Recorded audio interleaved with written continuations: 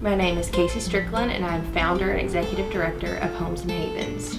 Homes and Havens was born out of a really intense, traumatic, personal experience in my life. I almost lost both of my parents to addiction about 5 years ago. Walking with someone that I loved through that process really invoked a lot of compassion and empathy in my heart for people who are trapped in some kind of traumatic life crisis. Through that process, I started volunteering at a lot of organizations and agencies here in Chattanooga, fell in love with their clients and the women and the children that I worked with, and then recognized kind of a gap in care once a woman was rehabilitated. Once she gets the key to her new place, emotionally and financially, she can't even think about creating a home, furnishing an entire home for her family, for her kids, much less in a creative way. So I started helping just one girl at a time, one room at a time. Our clients and the women that we serve could be overcoming homelessness, domestic violence,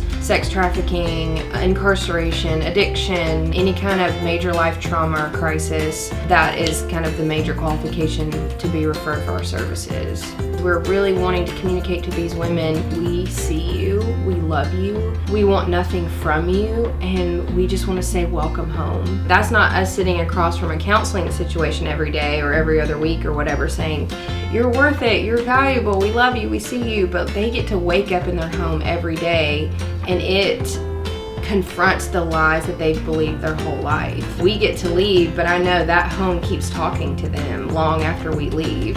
I started this organization out of my carport, and I have a Civic. The Civic is literally the worst vehicle that you could ever choose for this. But I would find a way. I would borrow trucks and trailers from neighbors or relatives or whatever to try to get an entire home out of my carport and into this woman's home by myself. But that was only sustainable for so long. Someone had recommended Bellhops, and I immediately loved the process of being able to book online and see what dates and times are available in an instant, even like a week before, because my installs were usually really quick turnaround and that kind of stuff, so I could easily find a time, book it, and then count on those people. I needed someone that I could count on to show up for me because this woman was counting on us showing up for her. I mean, there were so many different circumstances that would happen, and I was like, they're not going to show up, and they would.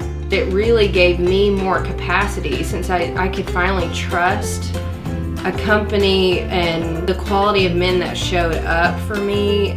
It increased my capacity to start thinking about other things that I needed to think about in the organization. It was a literal game changer. It went from, I don't know how much longer I can do this, to look out world, I'm about to show up all over the place. It was so powerful for me to like, all right, this is exactly what I've been waiting for.